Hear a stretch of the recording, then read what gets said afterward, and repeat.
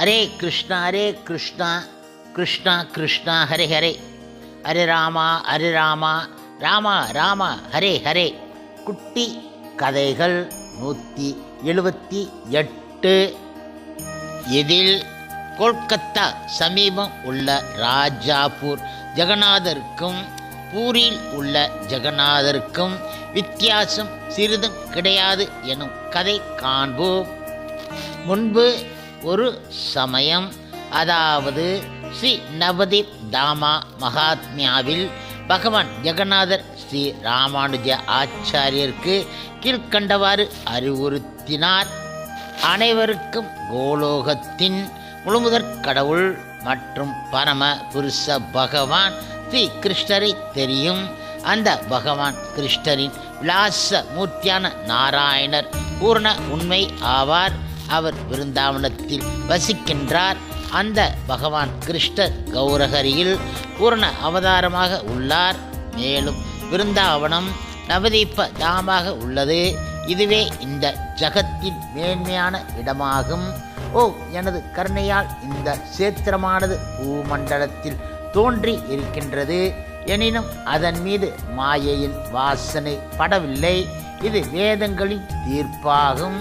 நவதீப தாமம் பௌதிய உலகில் ஒரு பகுதி என்று கூறினால் அது தவறு. நான் எனது விருப்பத்தாலும் வரையறுக்க முடியாத எனது சக்தியாலும் இந்த இடத்தை பௌதிய உலகில் வைத்து இருக்கின்றேன் என்றார் அவர். சாஸ்திரங்களை படிப்பதால் மட்டுமே ஒருவரால் உயர்ந்த உண்மையை அறிய முடியாது. ஏனென்றால் இந்த உயர்ந்த உண்மை நமது ஆராயும் சக்திக்கு அப்பாற்பட்டது ஆகும். இதனை பக்தர்கள் எனது கருணையால் மட்டுமே புரிந்து கொள்ள முடியும். கலியுக தர்மமான சங்கீர்த்தனத்தை கற்றுத் தருவதற்காக முழுமுதற் கடவுள் பகவான் கிருஷ்ணர் அன்பில் மூழ்கிய ஒரு பக்தனின் ரூபத்தை ஏற்றுக்கொண்டார். அவர்தான் சைத்தன்ய மகாபிரபு. கௌரஹரி என்ற பெயரால் அறியப்படுகின்றார்.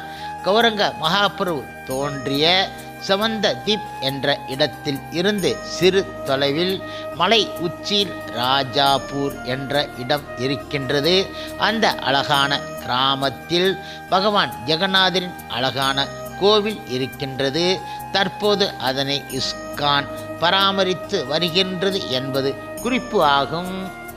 எவரெல்லாம் ஸ்ரீ நவதீப்பை பார்க்க வருகின்றார்களோ அவர்கள் பகவான் ஜெகநாதரை கட்டாயம் தரிசனம் செய்ய வேண்டும். சாஸ்திரத்தில் கூறப்பட்டது என்னவென்றால், ஸ்ரீ சேத்திரம் அல்லது ஜெகநாத புரி நித்தியமாக இந்த புண்ணிய சேத்திரத்தில் இருக்கின்றது என்றும், மேலும் ஒருவர் ஜெகநாத பூரிக்கு செல்வதால் அடையும் அனைத்து பலன்களையும் ராஜாப்பூரில் இருக்கும் ஜெகநாத கோவிலுக்கு வருவதால் அடைந்து விடலாம் என்கின்றது சாஸ்திரங்கள். இப்பொழுது ஸ்ரீ சீமந்த தீவிப்பில் இருக்கும் பகவான் ஜெகநாதர் ஸ்ரீ நீலாச்சல தாமின் ஜெகநாத பூரின் எஜமானரும் வேறு கிடையாது. இந்த உண்மையை வரலாற்றின் அடிப்படையில் சில பக்தி வினோத் தாக்கூரா அவர்கள் தனது புத்தகமான ஸ்ரீ நவதீப் தாம் மகாத்மியா இதில் நவதீப் தாமின் புகழை மீண்டும் நிலைநாட்டியுள்ளார். அந்த புத்தகத்தில் கீழ்கண்ட கதை இடம் பெற்று உள்ளன. அதை காண்போம். 7ஆம் நூற்றாண்டில் ரக்தபாகு என்ற யவ்வன அரசன் ஒரிசா என்ற மாநிலத்தில் தோன்றினான். அவன் மிகுந்த பாவியாகவும் நாஸ்திகவாதியாகவும் இருந்து பல நாச காரியங்களில் ஈடுபட்டு கோவில்களை உடைத்து ஒரிசாவில் உள்ள நல்ல மனதுடைய மக்களுக்கு பீதியை அளித்து வந்தான். பூரியில் உள்ள பகவான் ஜெகநாதரின் பக்தர்கள் ரக்தபாகுவின் அட்டகாசத்தை அறிந்தபொழுது மிக மிக அஞ்சினார்கள். அவர்கள் உடனடியாக பகவான் ஜெகநாதரை அணுகி, ஓ வழிபாட்டிற்குரிய பகவானே ஜெகநாதரே, ரக்தபாகு அனைத்து கோவில்களை உடைத்து அங்கு உள்ள விக்கிரகங்களை அழித்து வருவது எங்களுக்கு மிகுந்த கவலையை அளிக்கின்றது. அவன் தற்போது இந்த திசையை நோக்கி வருகின்றான். அவன் எந்த சமயத்திலும் வந்து உனது கோவிலை தாக்கலாம். அவ்வாறு நடந்தால் நாங்கள் எங்களது உயிரை விட்டு விடுவோம். ஏனென்றால் எங்களால் உங்களுக்கு எதிராக நடக்கும் காரியங்களை கண்டுகொண்டு சகித்து கொள்ள முடியாது. தயவு செய்து தாங்கள் தங்களது விக்கிரகத்தையும் கோவிலையும் காப்பாற்ற போதுமான ஏற்பாடுகளை செய்து கொண்டு எங்களையும் இந்த அபாயத்தில் இருந்து காப்பாற்ற வேண்டும் என்றார்கள் அவர்கள்.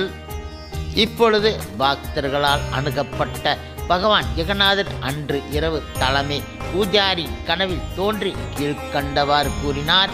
ஓ எனது அருமை பூஜாரியே, பக்தர்களாகிய நீங்கள் என் மீது கொண்டுள்ள அன்பையும் பக்தியையும் கண்டு மிகுந்த மகிழ்ச்சி அடைகின்றேன். நீங்கள் அனைவரும் உங்களை விட என்னை அதிகமாக நேசிக்கின்றீர்கள். இதுவே புனித பக்தர்களின் அடையாளம். உண்மையில் எனது விக்கிரகத்திற்கோ கோவிலுக்கோ யாராலும் எந்த ஒரு தீங்கையும் விளைவிக்க முடியாது. நீங்கள் நிச்சயமாக அதனை பற்றி கவலைப்பட தேவை கிடையாது. எனது சக்தியால் அனைத்து நாசக்காரர்களையும் எனது பிரியமான பக்தர்கள் இடமிருந்து தொலைவில் பிரித்து வைக்க முடியும். ஆனால் எனது பக்தர்களை ஆசீர்வாதம் செய்யும் பொருட்டும் எனது அன்பை அவர்களுக்கு வெளிப்படுத்துவதற்காகவும் இது போன்ற இன்னல்களை நானே ஏற்றுக்கொள்கின்றேன். இதன் மூலம் எனது பக்தர்களின் அன்பும் பற்றுதலும் பல மடங்காக அதிகரிக்கின்றன. இது அவர்களது விருப்பமாகும். ஆதலால் அவர்கள் என் மீது கொண்டுள்ள அன்பை மிக முக்கிய வழியில் வெளிப்படுத்த போகின்றேன். தயவு செய்து நாளை என்னுடைய விக்கிரகத்தையும் பலராமர் மற்றும் சுபத்ராதேவி விக்கிரகங்களையும் வங்காளத்திற்கு எடுத்துச் செல்லவும். எங்களை காட்டின் வழியாக எடுத்துச் செல்ல வேண்டும். ஏனென்றால் ரக்தபாகு பிரதான சாலை வழியாக வருகின்றான். ஓ அஞ்ச வேண்டாம், நான் உங்களை எப்பொழுதும் பாதுகாப்பேன் என்றார் அவர். பின்னர் பகவான் பூஜாரின் கனவில் இருந்து மறைந்து விட்டார். பூஜாரி விழித்து அவர் கண்ட கனவை அனைவருக்கும் தெரிவித்தார். இது பக்தர்களிடம் சலசலப்பை ஏற்படுத்தியது. இருப்பினும் அவர்கள் பகவான் ஜெகநாதரின் பிரயாணத்திற்கு சரியான ஏற்பாடுகளை செய்ய தொடங்கிவிட்டார்கள். இப்பொழுது ஜெகநாத் பூரியின் பல பிரிவை சார்ந்த பக்தர்கள் பலவிதமான சேவைகளை பகவான் ஜெகநாதருக்கு செய்தார்கள். உதாரணத்திற்கு பிராமணர்கள் திருவுருவ வழிபாட்டிற்கு பொறுப்பு ஏற்றார்கள். மற்றவர்கள் பகவான் ஜெகநாதரின் இன்பத்திற்காக சமைத்தார்கள். சபராக்கள் என்று அழைக்கப்படும் பக்தர்கள் ஸ்ரீ ஜெகநாதர், பலதேவர் மற்றும் சுபத்ரா தேவி ஸ்தான யாத்திரை போன்ற விழாக்களுக்கு அழைத்துச் செல்லும் சேவை செய்தார்கள். இது பாரம்பரிய வழக்கமாகும்.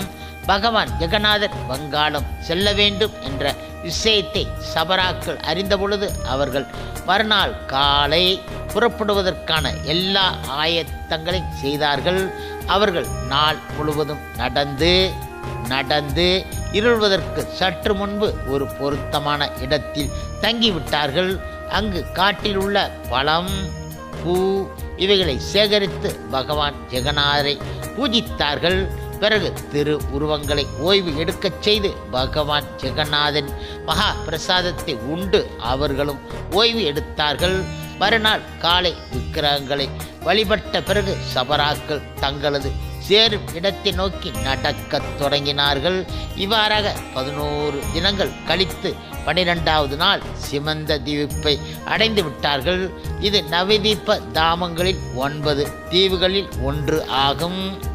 அன்று இரவு பகவான் ஜெகநாதர் தலைமை சபராவின் கனவில் தோன்றி தான் அந்த இடத்திலே இருக்க விரும்புவதாகவும் அந்த இடம் எல்லா விதங்களிலும் ஆன்மீகமாக உள்ளது என்றும் கூறினார். உடனடியாக இப்பொழுது சபரா பக்தர்கள் பகவான் ஜெகநாதரின் விருப்பத்தை பூர்த்தி செய்யும் பொருட்டு முழுமுதற் கடவுள் மற்றும் பரம புருஷ பகவான் ஸ்ரீ கிருஷ்ணர் ஆகிய பகவான் ஜெகநாதர் அங்கே நிரந்தரமாக தங்குவதற்கான அனைத்து ஏற்பாடுகளையும் செய்தார்கள். சபரா வைஷ்ணவர்கள் பல தலைமுறைகளுக்கு பகவான் ஜெகநாதருக்கு சேவகம் செய்து வந்தார்கள். அவர்களது தூய அன்பினாலும் பக்தியினாலும் முக்தியடைந்து இறுதியாக பகவான் ஜெகநாதரின் இருப்பிடத்திற்கு சென்றார்கள். ஆன்மீக உலகில் பகவான் ஜெகநாதரின் நிரந்தர இருப்பிடத்திற்கு சென்று விட்டார்கள். இன்றும் ஜெகநாதரின் கோவிலுக்கு அருகே சபரா என்ற கிராமம் உள்ளது.